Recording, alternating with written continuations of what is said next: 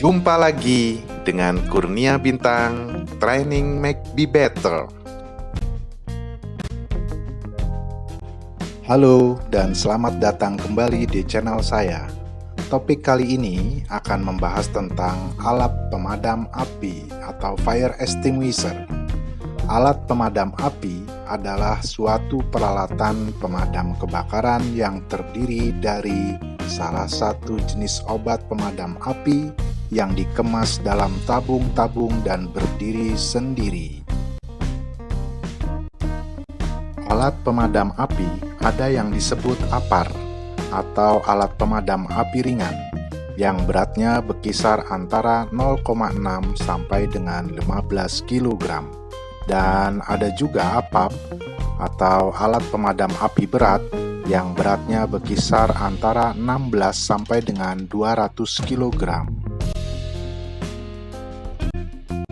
Ada hal-hal penting lainnya yang perlu Anda ketahui tentang APAR, seperti cara penempatan APAR, kapan menggunakannya, 5 jenis tipe APAR, bagaimana cara memadamkan api yang kecil. APAR bisa menjadi bagian kecil, tapi sangat penting untuk keselamatan dalam keadaan kebakaran. Ini dapat menyelamatkan nyawa dan harta benda dengan memadamkan api yang masih kecil atau melakukan pemadaman sampai petugas pemadam kebakaran tiba.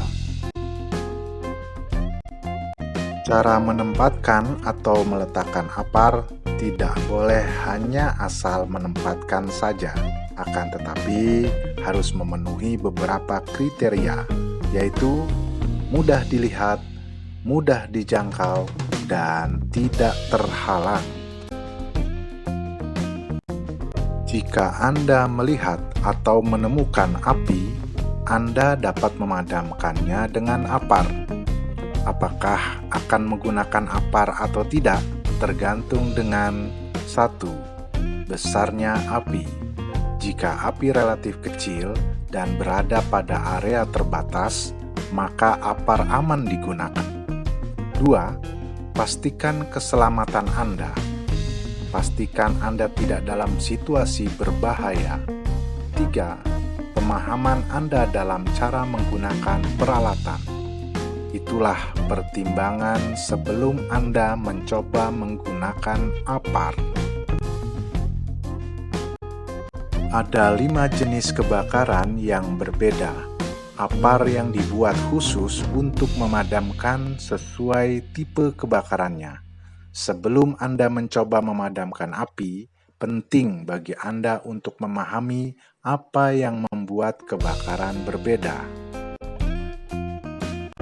Kebakaran kelas A atau api kelas A. Kebakaran kelas A adalah kebakaran yang disebabkan oleh bahan padat non-logam seperti kertas, plastik, kain, kayu, karet, dan sebagainya.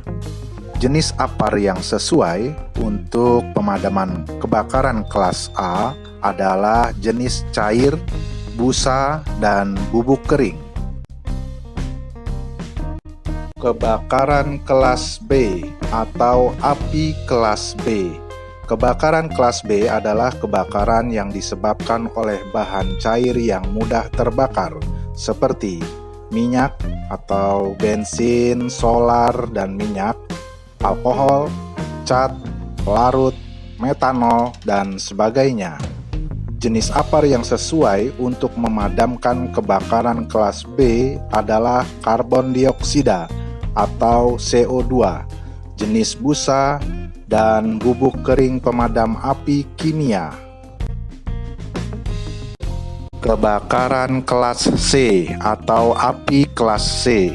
Kebakaran kelas C adalah kebakaran yang disebabkan oleh instalasi listrik yang mengalami kegagalan.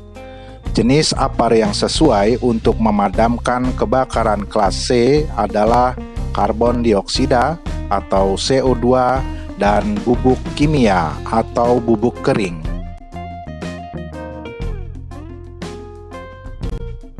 Kebakaran kelas D atau api kelas D. Kebakaran kelas D adalah kebakaran yang disebabkan oleh logam yang mudah terbakar seperti natrium, magnesium, aluminium, litium, dan kalium. Jenis apar yang sesuai untuk memadamkan kebakaran kelas D adalah tepung khusus atau kimia. Kebakaran kelas K atau api kelas K. Kebakaran kelas K adalah kebakaran yang disebabkan oleh minyak goreng, seperti minyak sayur, minyak hewani, atau lemak yang biasanya digunakan di dapur memasak. Jenis apar yang sesuai untuk memadamkan kebakaran kelas K adalah busa dan karbon dioksida atau CO2. Selalu ingat saat menggunakan apar, hanya untuk kebakaran yang kecil. Hanya jika Anda merasa aman untuk menggunakannya. Jika api besar, menyebar dengan cepat, atau jika Anda merasa tidak aman atau nyaman, maka jangan mencoba menggunakan alat pemadam atau apar. Dalam kasus ini, tutup area dengan menutup pintu. Mulai membantu mengevakuasi tamu dan karyawan di sekitarnya. Pastikan apar diisi daya. Agar apar dapat berfungsi, ia harus diisi dayanya. Periksalah sebulan sekali untuk memastikan bahwa setiap apar terisi penuh.